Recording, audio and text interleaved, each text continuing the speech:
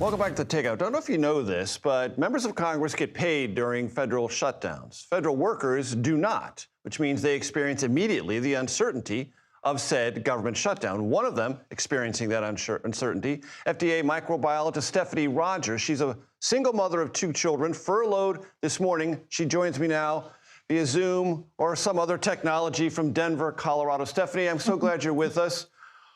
Tell me what it's been like today and what you're thinking about going forward as a furloughed federal worker.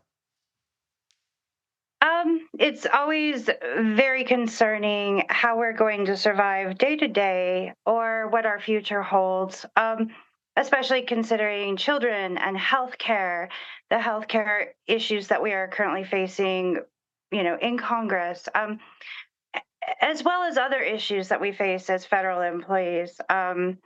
And so it's a scary moment today. And so So what's the scary part? I really don't. Under federal law, you're going to get back pay, however long the shutdown lasts. Is that comforting in any way? Well, there are other considerations given that our CBA that covers most of our employees covered under NTEU, which is for Federal or Food and Drug Administration. There are other types of lapses that can extend if they go beyond a certain amount of days, like 30 days. There are certain types of actions that can be taken that would also end our positions or remove us from federal service. And so it's not just what's happening today, it's what's going to happen in our future. And how do we prepare for that? How do we, with so much uncertainty, how do we know what we should do? The administration has said that there will be layoffs if this shutdown lasts longer than 2 more days. Do you have any fear, Stephanie, as an FDA microbiologist, you could be not just furloughed temporarily like every other federal employee, but fired? I do have fear. I have a lot of fear, and it keeps me up at night. My children also are afraid.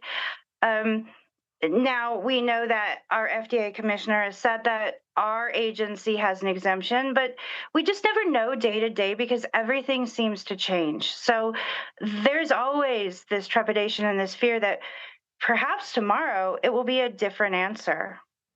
And if the shutdown persists, you don't get paid, you do get back pay, but are you prepared? Do you have a sort of reserve to help you get through however long the shutdown lasts without getting a paycheck?